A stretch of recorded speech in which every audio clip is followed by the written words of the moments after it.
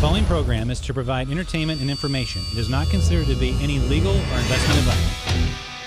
Good morning, appraisers. Let's talk some real estate. You're listening to the Voice of Appraisal, the #1 appraisal podcast in all of America that always brings you the latest news and information from the front lines of real estate market. Anything from market conditions, appraisal regulations, cryptocurrencies, big bank news. So if you have a question, we have all of your answers. We are the one-stop source for all of your real estate appraisal information needs. If you want to be in the know, you have definitely tuned in to the right show. I'm your host, Phil Crawford. Happy to have all of you here with us today. Kevin, how are you doing, my friend? I'm doing good. Good. Hey, a rarity. Yes. We actually have somebody in studio. We have another person in studio. Thaddeus Dawson started a trend. We have a special guest in the studio. We have John Russell.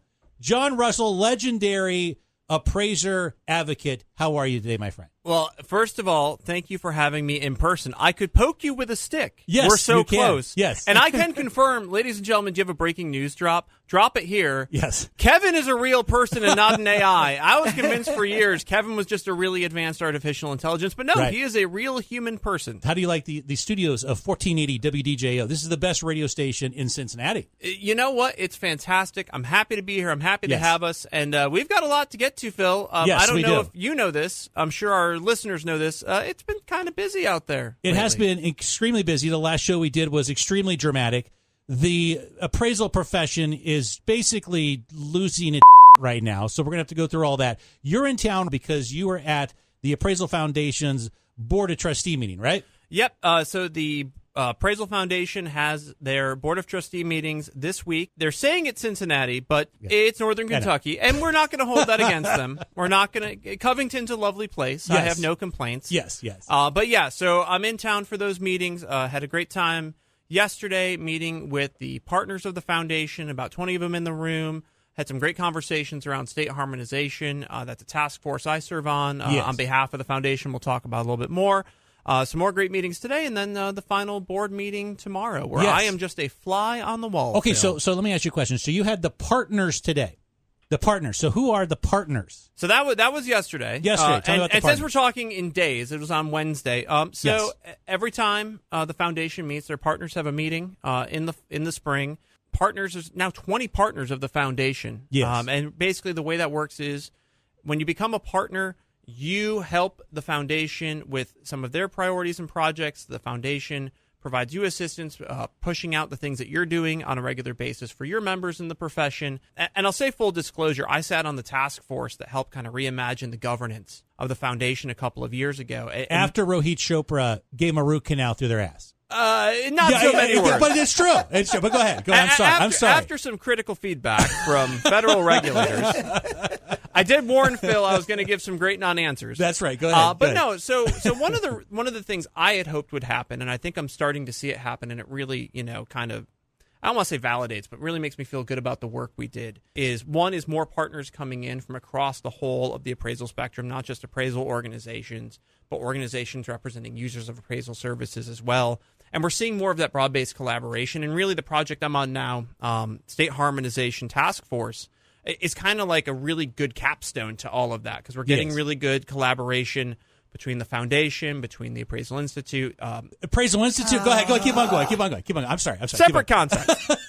We'll discuss that in just a minute. Yeah. Go ahead. But so seeing different organizations come together to work for a common cause. In this case, the first focus, and we're looking at all the different state overlays. So there's only 9 states today. You may not know this. Only 9 states take the AQB minimum criteria just as is. The other 41 states have a series of what we call overlays. And all of these overlays, maybe there's a good justification. More often than not, they're kind of leftovers from when laws and regulations were first implemented in the wake of FIREA in the early 1990s. A great one I learned the other day in the state of Alabama, if you're training somebody, they can't do an appraisal assignment more than 50 miles from your physical office in the state of Alabama. Okay, where'd they come up with that one? Exactly. Okay. Yeah. So the work that we're doing on that task force is focused on, one, identifying the most common overlays, and then figuring out if there's certain ones that we could reduce or eliminate, would it spur entry into the appraisal profession? So, so the first focus has been on mass appraisal and assessors, because nationwide, you've got assessors' offices in virtually every county, in every state in the country. These are individuals with a demonstrated interest in appraisal, in valuation. They already understand the process, albeit kind of with a standard 5, standard 6 lens. Yeah. They understand professionalism. They're working in professional offices as government employees. They understand data. They understand modeling. And if you think about where the profession is heading, whether or not, I'm not going to kind of espouse positionally where we are going, but the demands from the client side are pushing more toward data analytics, right? So it sounds like to me what you're saying is they have some experience. They do have some experience. They do have some experience that is relevant to the modern market for appraisal services. Interesting. And you're working with the Appraisers Qualifications Board on this, right? So what we're doing is we're going to the individual states to say, hey, yes, in the case of mass appraisers, many states will not take, they'll either not take mass appraisal experience, okay, or they'll only take it up to a certain percentage of your total experience. So a good example of this is Pennsylvania. I think Nebraska is another one, where it's 25% of your experience can come from mass appraisal. The other 75%, in Pennsylvania in particular, has to come from a real estate appraisal, which includes an interior and exterior inspection of the subject property. Okay. So right. if you're a mass appraiser, does getting 25% credit for years of service right. in an assessor's office going to really motivate you right. to want to move over to the fee appraisal world? But Probably again, not. But again, you're using the word experience. So it's very important that the Appraisal Foundation out there recognizes the experience when it comes to becoming an appraiser. To having that experience in your background may be able to have you become an appraiser a little bit sooner, right? Do you mind if I read the latest Q&A from the Appraisal Foundation? You know, Phil, do you mind if I read the most recent Q&A? I was getting the sense that you were a little hung up on the word experience. So I was going to say, Phil, are Yes. you sure it's experience? It's right here. I've got it right here. This is the most recent USPAP Q&A dated March 6th. It says here, no, experience cannot be a recognized method or technique or a substitute for relevant evidence and logic. And this is where they just hit the bed. It's the very last paragraph. It says, therefore, for assignment results to be credible, they must be objective and developed when performing the assignment. Assignment results cannot be developed from an appraiser's knowledge and experience, which is gained outside of the assignment. Yeah, we're talking about experience outside of the 1004 form to help you become an appraiser. Can you tell me, explain this to me? You know I lost my shit on this like a couple months ago. You know I did. Explain this to me. So I will concede there is a bit of a logical dissonance between the two things. It's kind of hard for me to argue that there's not. Yes.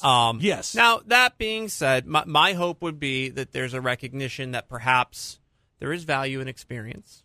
Yes. And I will say right now, too, and this may not be general knowledge, but should be amongst your listeners, the Appraiser Qualifications Board is looking at the whole of the qualification criteria. They've already looked at education and the college degree requirements and what that looks like, and they're now on the experience piece. Okay. Yes. So there was an open comment period closed on May 9th. I heard something on the order of 160 comments received. That was reported out as part of these meetings we're in town for. So, you know, we'll see what direction they choose to go with experience. All right. But the Q, it just drove me crazy. It just reminded me of the misleading definition. It reminded me of the misleading definition, John, and we both know that was just a huge, just really bad, is what I'm going to say. Well, important lessons learned, right? You know, and look, this is something you and I have talked about offline, is the fact that the recognition that needs to exist that whatever work comes out of the standards board, the qualifications board, and I think they know this to some degree too, you know, it's going to wind up being used by state boards to take enforcement action against appraisers. Yes, exactly right. And so I think by and large, they tend to get it right. When they do get it wrong, they are open to that feedback, and I think it's important we give them that feedback in ways that are constructive.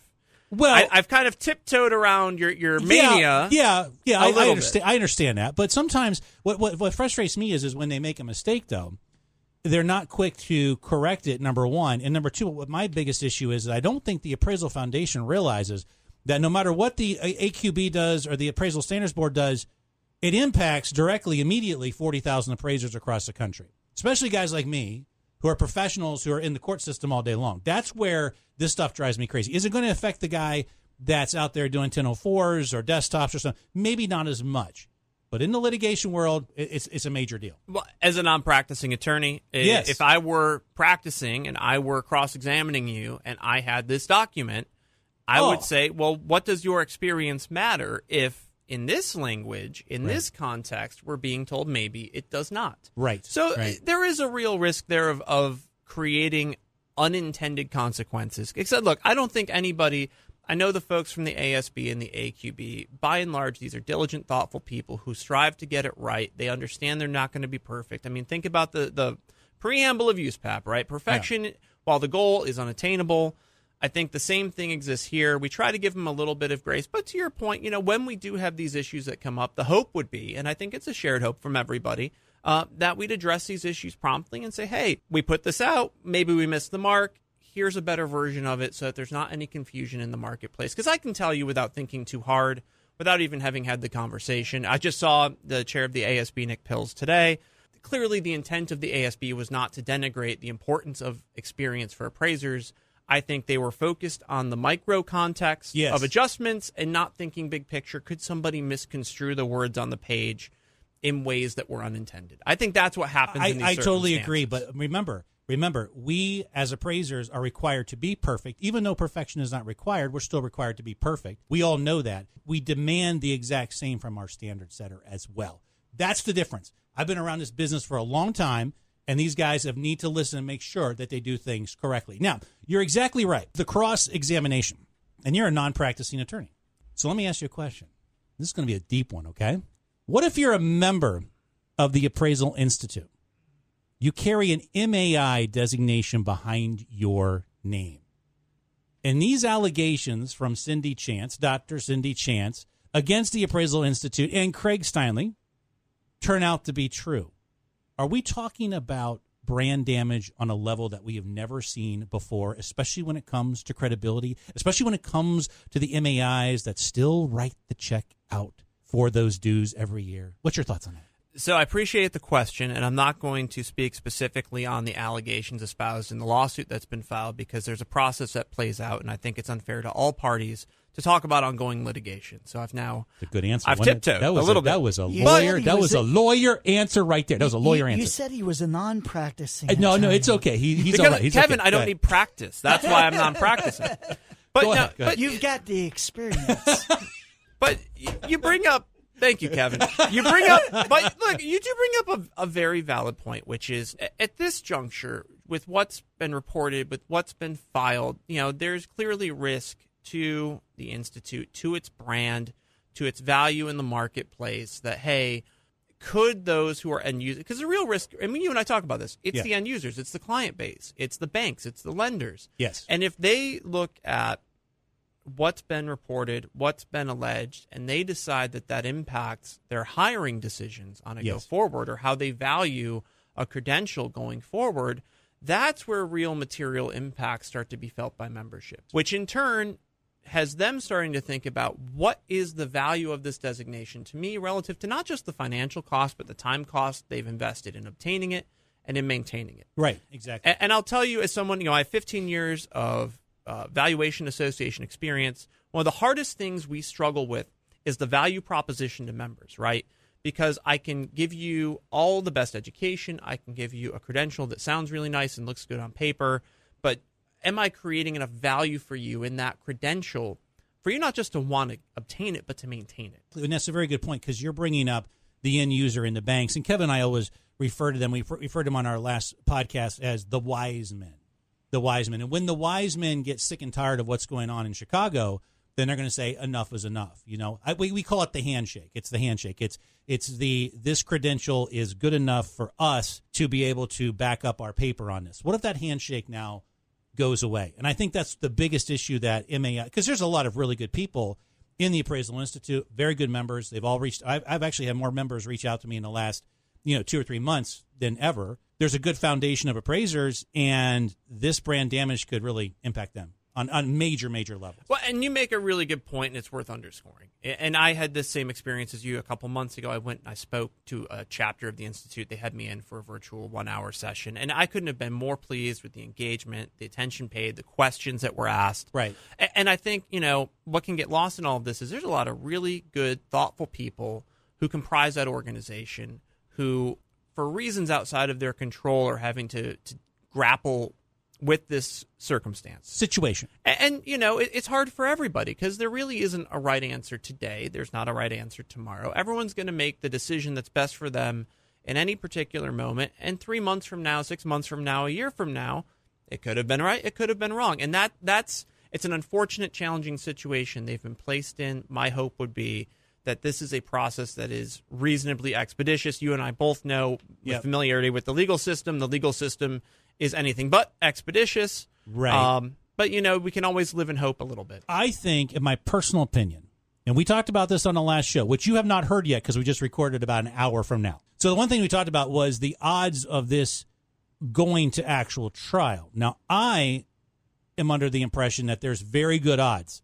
that this is going to go to trial. And if it does, this is going to be the trial of the century for the appraisal profession. This is it, because everybody's going to be deposed. I read all of the stuff out of the complaint. Everyone is touched in this. Everyone. The appraisal management companies, the state boards, Arrow, the Appraisal Institute, maybe the Appraisal Foundation. The entire profession is going to go on trial.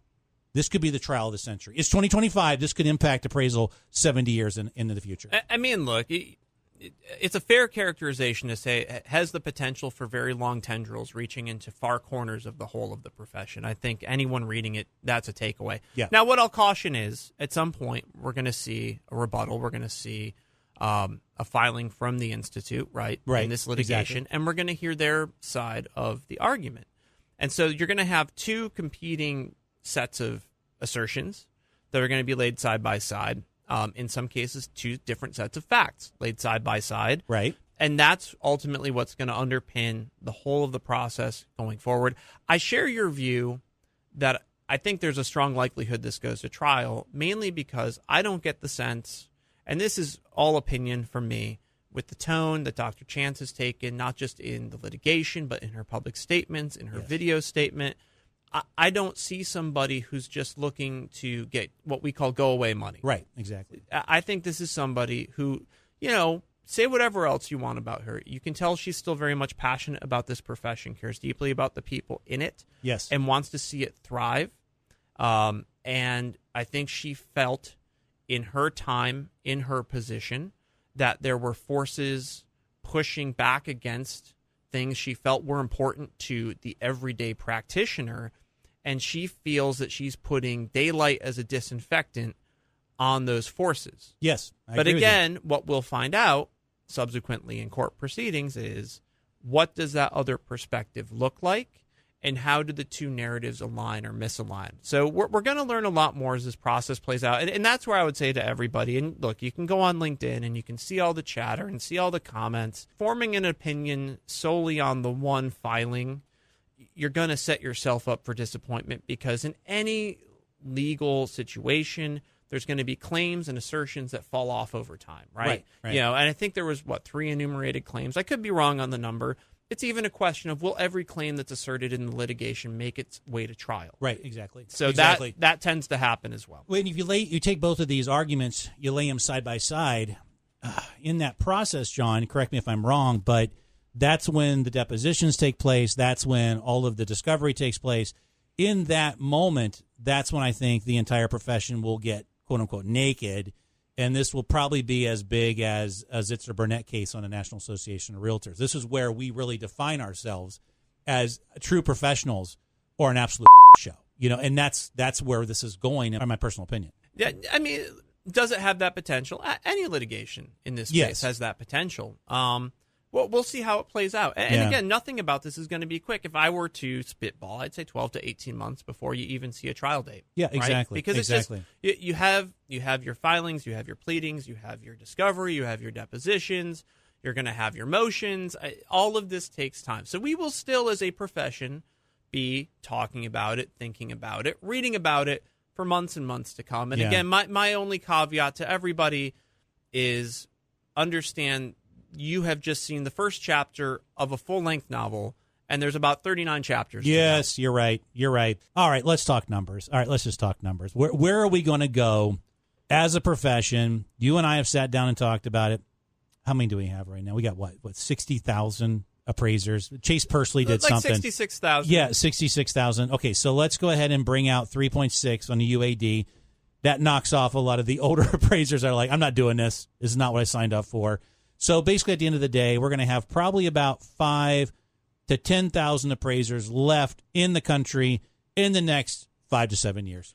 We'll see where it bottoms out. But look, you'd have to be willingly naive to think that number is not going to go down substantially when 3.6 comes about. Correct. And the main reason being it's going to force technological adoption on professionals who, a lot of folks have stayed around in their 60s and 70s because there's still money to be made. You can still do the work the way you've done the work. Sure. But when you take somebody who's at that point in life, professionally and personally, and you're going to ask them to adopt a new technology or a new process, something that they've consciously avoided to that point, they're likely to make the decision of, hey, this isn't for me anymore. I've had a lot of fun. I've enjoyed it, but I'm going to go do something else. And by the way, that something else could still be appraisal practice. Yeah. It's just not going to be for Fannie or Freddie. They're just set in their ways. The technology will beat them a little bit. Yeah. If you want to put it that way. So it's funny because appraisers have dueling narratives in this space. On the one hand, it's, they're change averse. Everyone's change averse. This isn't unique to appraisers.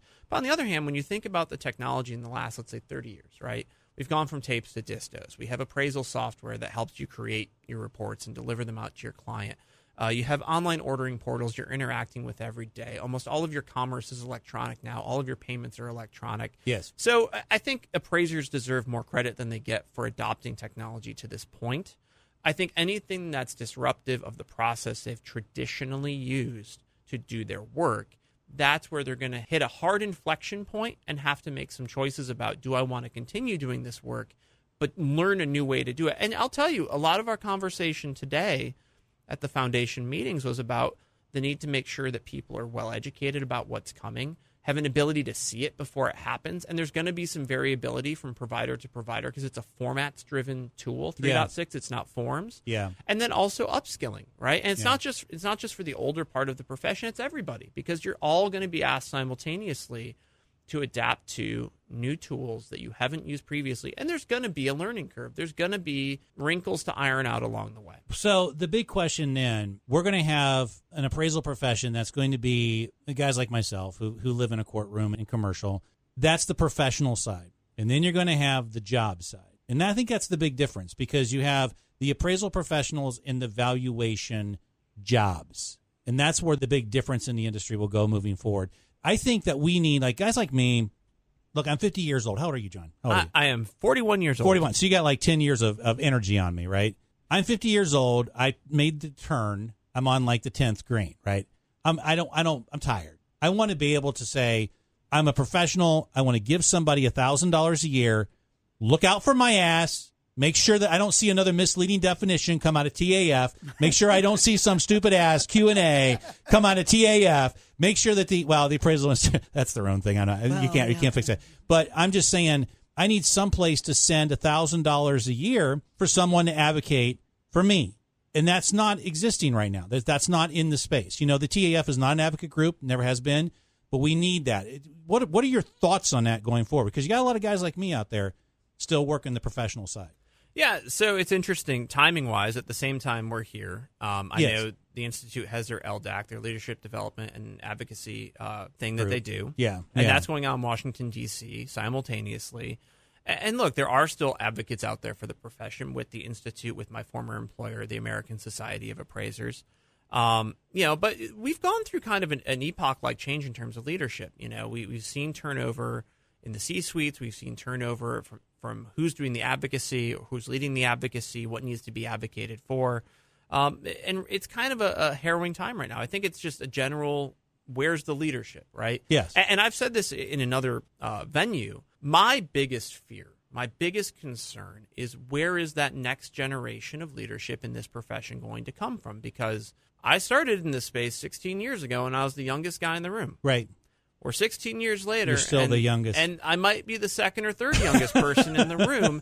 And it's hard to get professionals who are my age or younger to want to donate their time and their talent to an organization for a committee or for a board or for specific projects. I mean, it's a really challenging value proposition to make because they have the same competing priorities, right? Many of them, they're younger, they're married, they have kids, they're doing the suburban runaround, they're doing all the things, right? Sure. And you're trying to make the argument to that individual that your profession needs you. When I'll tell you, too, to be candid, I'll say one slightly controversial thing. I think too often there's not enough space made for the younger professional to contribute to the profession. Of course not. There's a lot of folks, and they're great people, and they mean really well. Yeah.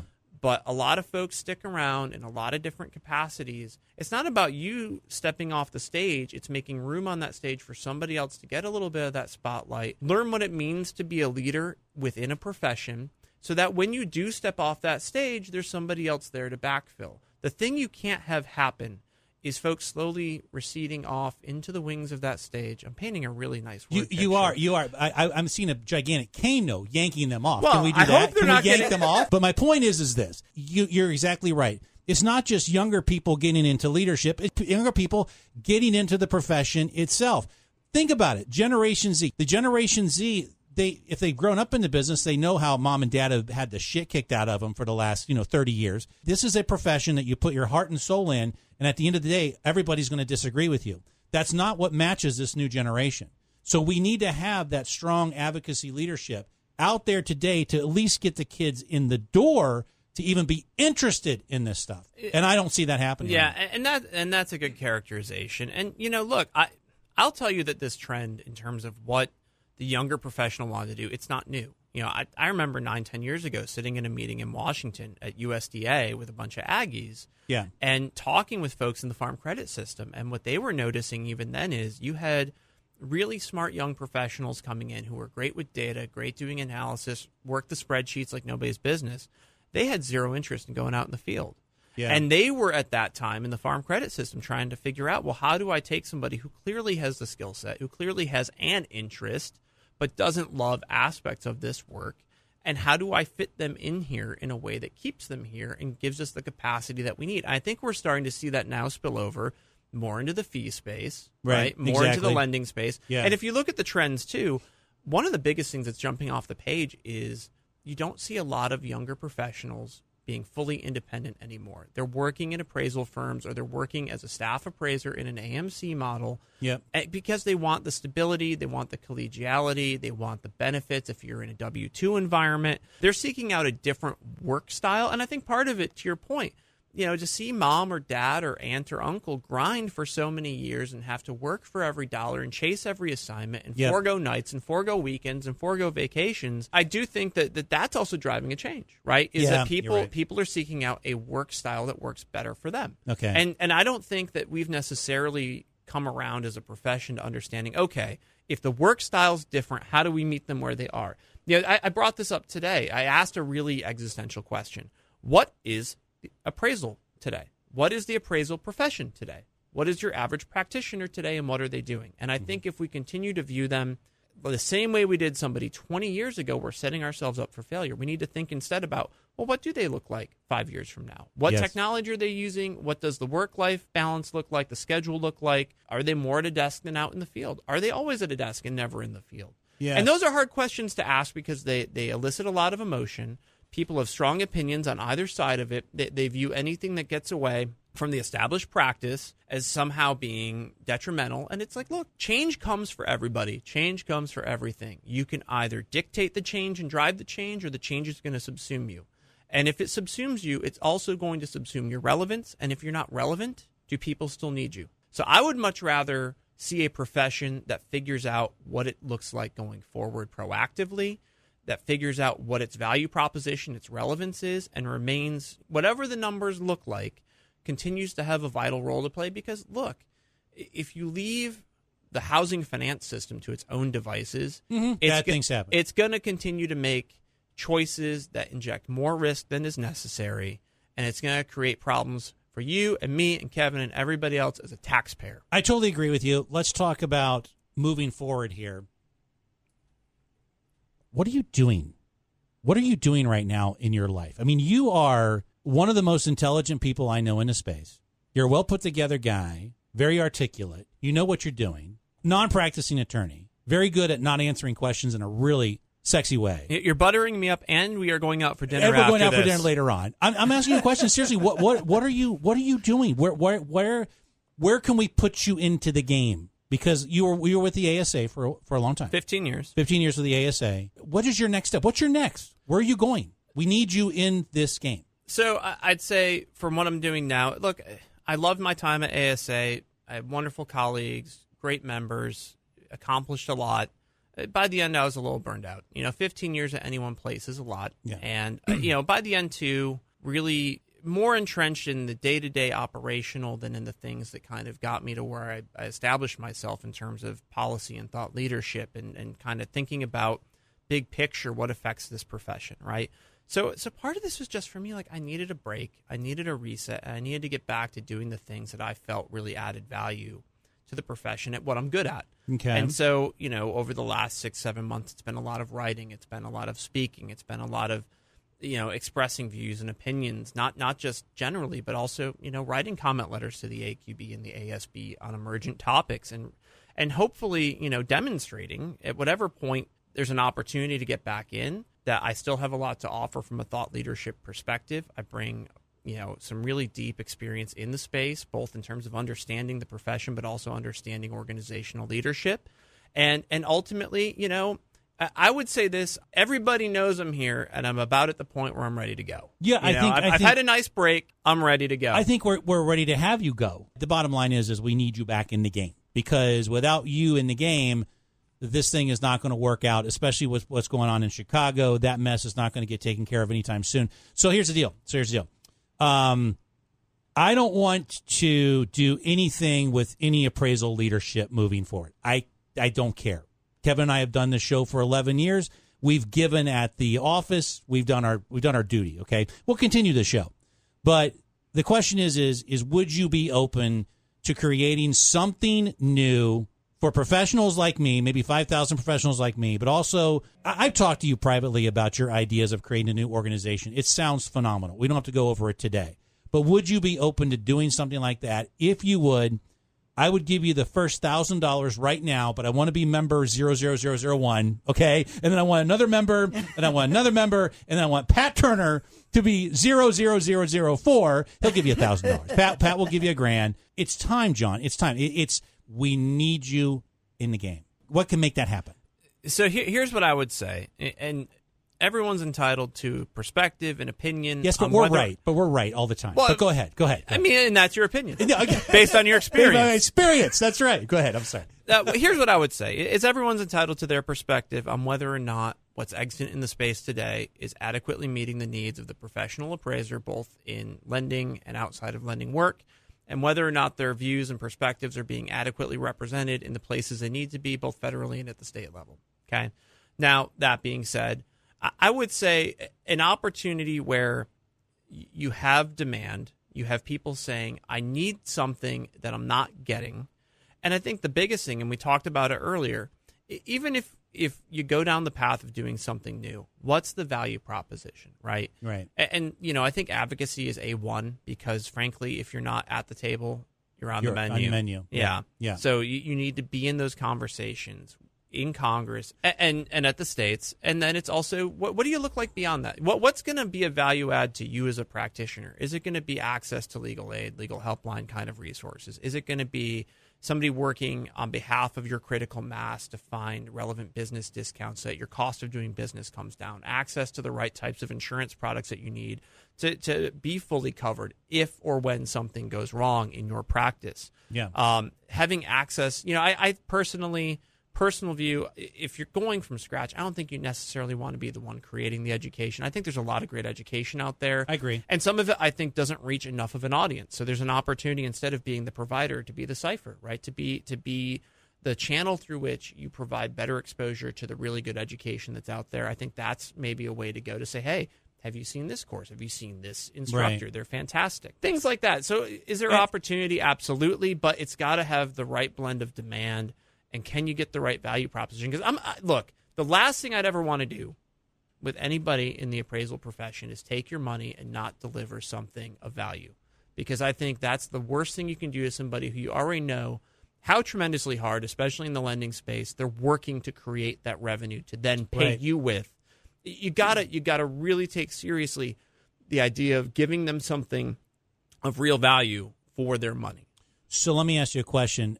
You have met with a lot of people in Washington, D.C. You live outside of Washington, D.C. Just outside. Just outside. You know the entire town. You know the way it works.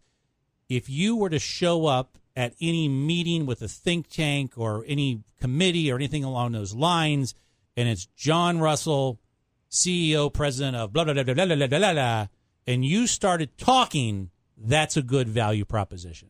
We don't have that right now. You and I have said it 100 times over again. Optics is everything, which makes me go bat crazy when I see bad optics out there. We need to have that kind of person out there. That is the value add. We don't have it right now. The optics are terrible. Just think about it, John. I mean, I'll give you $1,000 right now. Put something together. Maybe you and I talk in about, I don't know, 3 months. You want to talk about a couple months, maybe 3 months, take the summer. And anybody out there that's interested in having John Russell create maybe something new, a new organization, a new committee. I feel like you're trying to set up a change.org petition. It's a petition, or it's just basically just give them money. I'll give you $1,000 right now. I mean, I'm taking you out to dinner.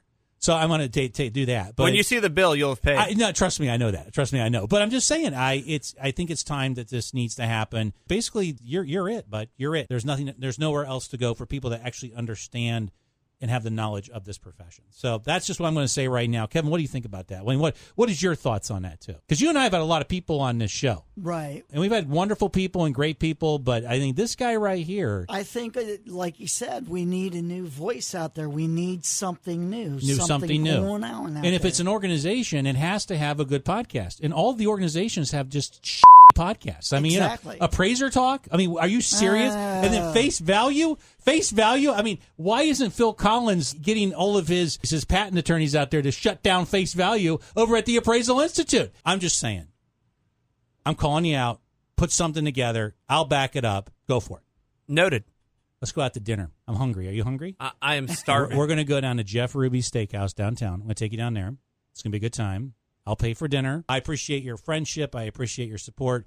And I appreciate all you do for the appraisal profession. You do a lot of stuff behind the scenes that you don't get compensated for, that a lot of people don't see. And I want people to understand that when it comes to what John Russell does and who John Russell is. Well, thank you. I appreciate it. It has been so nice to be here in person. It takes me back to my college radio days. And again, it is very good to know that Kevin is a real living human being. He's right here. I've used him on a regular basis. And he's not chained to the desk either. That's really kind of him. No, he's a great guy. He's always dependable. He works for about $14. I mean, it's just wonderful. It's really good stuff. So, ladies and gentlemen, we have come to the end of our show for this week. And as always, I would like to thank you for listening as we journey through the mysteries and complexities that are, in fact, the real estate appraisal business. I would like to thank our guest, John Russell, and my producer, Kevin Kinney, for being here for their thoughtful insight and knowledge. God willing, we'll be back very soon reporting from the front lines of the real estate market. In the meantime, you kiss your spouse, you hug your children, enjoy your day, be safe in the field. You've been listening to Phil Crawford on Voice of Appraisal. We'll talk very soon.